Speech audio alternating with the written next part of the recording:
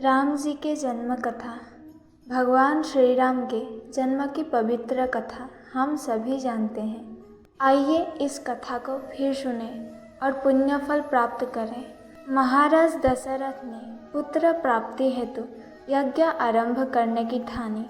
महाराज के आज्ञानुसार श्यामकर्ण घोड़ा चतुरंगिनी सेना के साथ जुड़वा दिया गया। महाराज दशरथ ने समस्त मनस्वी तपस्वी विद्वान ऋषि मुनियों तथा वेदविक प्रकांड पंडितों को यज्ञ संपन्न कराने के लिए बुलावा भेज दिया। निश्चित समय आने पर समस्त अभ्यागतों के साथ महाराज दशरथ अपने गुरु वशिष्ठ जी तथा अपने परम मित्र अंग देश के अधिपति लोकपाल के जामाता ऋषि को लेकर यज्ञ मंडप में पधारे। इस प्रकार महान यज्ञ का विधिवत शुभारंभ किया गया।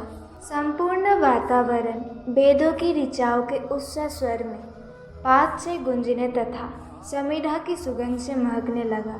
समस्त पंडितों, ब्राह्मणों, ऋषियों आदि को यथोचित धन धान्य गो आदि भेंट करके सादर विदा करने के साथ यज्ञ की समाप्ति हुई। राजा दशरथ ने यज्ञ के प्रसाद चढ़ा खीर को अपने महल में ले जाकर अपनी तीनों रानियों में वितरित कर दिया। प्रसाद ग्रहण करने के परिणाम स्वरूप तीनों रानियों ने गर्भ धारण किया। जब क्षेत्र मास के शुक्ल पक्ष के नवमी तिथि को पुनर्वसु नक्षत्र में सूर्य, मंगल, शनि, बृहस्पति तथा शुक्ल अपने अपने उच्च स्थानों में विराजमान थे। कर्क लग्न का उदय होते ही महाराज दशरथ की बड़ी रानी कौशल्या के गर्भ से एक शिशु का जन्म हुआ, जो कि नीलवर्ण, चुंबकीय आकर्षण वाले, अत्यंत तेजोमय, परम कांतिवान तथा अत्यंत सुंदर था। उस शिशु को देखने वाले देखते रह जाते थे। इसके पश्चात शुभ नक्षत्र और शुभ घड़ी में महारानी कैकेयी के एक तथा तीसरी रानी सुमित्रा के दो तेजस्वी पुत्र का जन्म हुआ। संपूर्ण राज्य में आनंद मनाया जाने लगा।